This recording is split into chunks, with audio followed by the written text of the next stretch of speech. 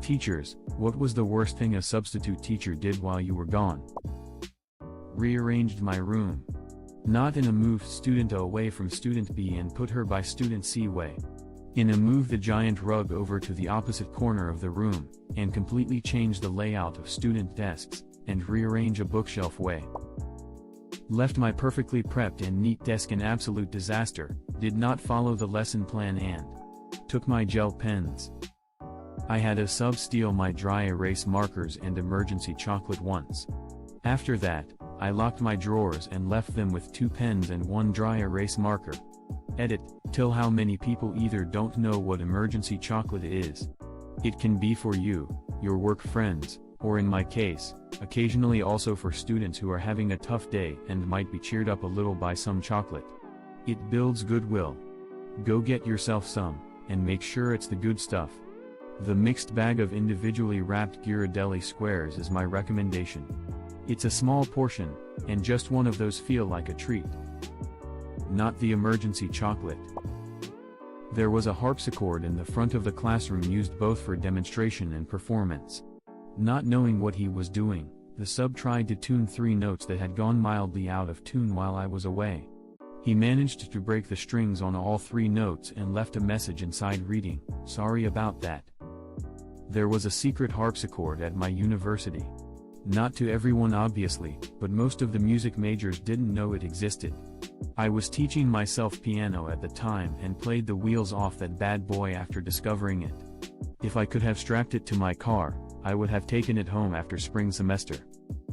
Now, I've heard there was a secret harpsichord, that lonely scientist played, and it pleased the Lord, but you don't really care for music, do you? Had a substitute teacher in my high school French class show a movie that was straw right up softcore pornography but tried to explain that since it was in French it was artistic. It was equally frustrating because while I wanted to see boobs, I also couldn't stop reading the subtitles because I had to understand what they were saying. The teacher did not come back the next day. Update, I went through all the comments and looked at everyone who suggested what movie it might be, and none of those movies were the one shown. This would have been in 2006 and the movie looked maybe late 90s or early 2000s. If I come across it, I will update this thread, but for all I know it could have been a porno in French. Sir, do you plead guilty to indecent exposure? Non, I plead guilty to being artistic. I had an English professor do this my freshman year. I went to a Catholic university and my first semester got a lesbian English professor who screened, without warning, a French movie in which everyone was naked for no reason that was thinly wrapped around a Shakespeare play. I loudly laughed my ass off for over 10 minutes when the opening credits got to a part where a topless chick was jumping up and down on a trampoline facing directly into the camera, as one does, for literally no reason other than boobs. The entire situation was so absurd I couldn't stop laughing. Edit, somebody found it, it's Prosperous Books. And she had a jump rope, not a trampoline. Web link. I came back after being gone one day and my students told me the substitute teacher flipped over tables in a rage and was escorted from the building by a cop. What actually happened is that the sub left the room to take a 20 minutes phone call and the kids thought it would be funny to flip the tables over. The substitute then had to flip the tables right side up while yelling at the kids. Then, during lunch, my special ed co-teacher came into my room to set up and caught the sub making out with a student. Turns out she was 18 to his 25 and the 20 minutes phone call was to set up the lunch meeting. The principal then had him escorted from the building by the resource officer. This is why I say having a sub is more work than just coming into school my damn self. Edit, wrong version of principal. I'll just come do it my damn self. Lol, that's how I see you pep talking yourself when you are wanting a day off but don't want the drama. She let the kids run wild and do whatever they wanted, first graders. I was out because my dad died. Thank God my team realized what happened and all pulled together and cleaned the room / put it back together before I returned to work. When I was a substitute, I got a lot of requested jobs because the substitute pool was poor. One such example given to me was a substitute who would just go to sleep. I barely believed it. Once I was teaching full-time, I had a sub come in for a day. When I got back my students told me that he told them to leave him alone, sat down, and went to sleep. I believed it then. When I was in high school there was this sub that would sleep. He would literally introduce himself, pull out his hearing aid and knock out. There was also this substitute who wouldn't let us do any work. She would start class, tell us what our teacher left us to do, but then before starting she would introduce herself. This included 40 minutes of talking about her entire life and showing us pictures of her cats. And she would chastise you for being disrespectful if you did anything but listen to her. My teacher came back the next day and was like, "Why didn't any of my classes get anything done?" Oh, I'd believe it.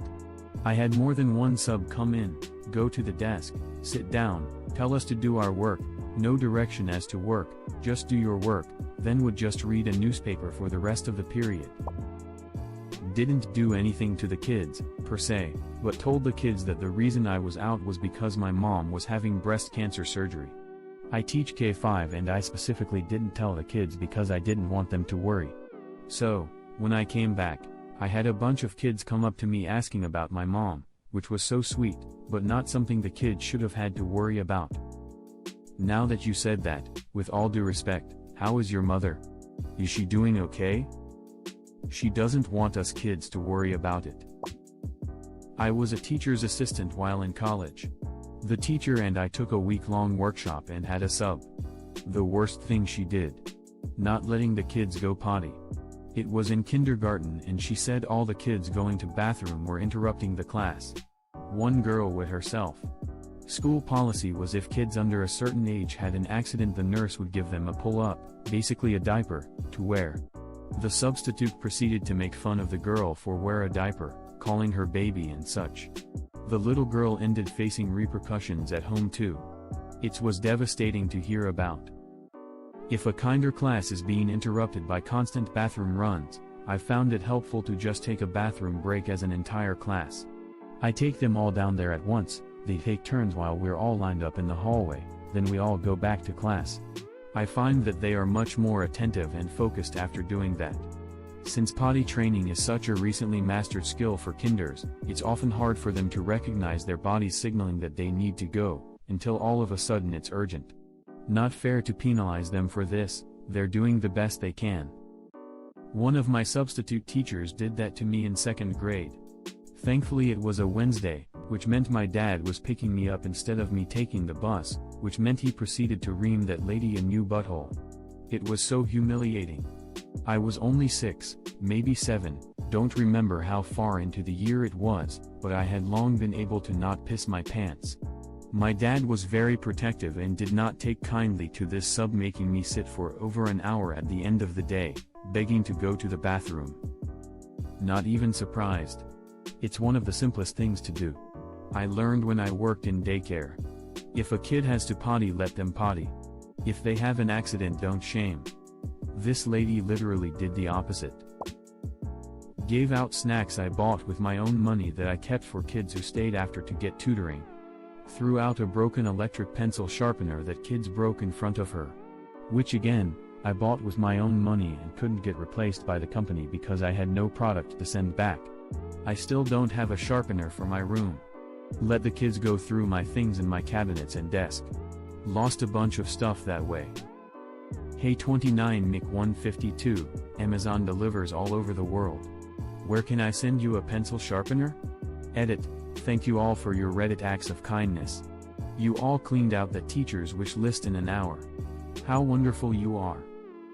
Edit, list is empty. Only gift cards now for snack and PPE replenishment. I had a teacher Amazon list. So many of you gave what you could. I'm so thankful, and when my kids finally are able to come back in January they'll have something closer to normal to start with. I started the week by taking out a payday loan and debating with my husband about postponing or skipping Thanksgiving this year. Completely unrelated to teaching, but still sucky, this brought me a much needed lift. If you wanted to help me out, please check out Donors Choose or hashtag clear the list to it forward to other teachers. Thank you all so much. I'll post again as I receive things and get my classroom set up for our hybrid return. Got you some of those dry erase blocks. And 3 hope they help. Asked a deaf kid to take off his hearing aids. Kids tried to tell her he needs to them, but to her they look like headphones. She cried when was confronted by another teacher. When I was in 6th grade I fractured my wrist, but it was my dominant hand, so I had to poorly write with my right. Teacher forced me to write with my left while I had a cast. I couldn't even grasp the pencil. Cried a lot. Then a couple months go by and got my cast off. Sub told me to suck it up and write with my left hours after getting my cast off. I felt like jelly and intense pain. Teacher was fired at the end of 7th grade because of unnecessary complaints. How the hell do you get to the point where you're old enough to be a substitute teacher without learning about hearing aids at some point? Hearing aids have changed a lot over the years, and so have headphones. I can see a sufficiently old person getting mixed up. Like, I've seen a kid with a blue sparkles on the outside bit hearing aid. But once the kid tells you, like, apologize profusely and say that it looked so cool, they assumed it was headphones? In 7th grade I broke my thumb on my dominant hand playing on the school football team. The school did absolutely nothing to accommodate, and I nearly failed multiple classes because multiple teachers would just mark me wrong if they couldn't read my answers. After that year of school I learned to write with either hand, still can to this day. One thing I do remember though is midway through the year my school counselor called my mom in to talk about my grades because my grades were noticeable worse than school years past, and my mom ripped her a new butthole. That year made me lose a lot of respect for teachers, and I come from a family of teachers. I would occasionally give out starbursts to my 4th graders. Bitch ate all the pink ones. This is the funniest reply in the thread. Next time up only left bean boozled jelly beans. Thanks for watching. Comment on what you think was the best part of this video. Subscribing and hitting that notification bell on YouTube is a great way to get our content. You can also watch it on Facebook. A link to our page is in the description. See you soon.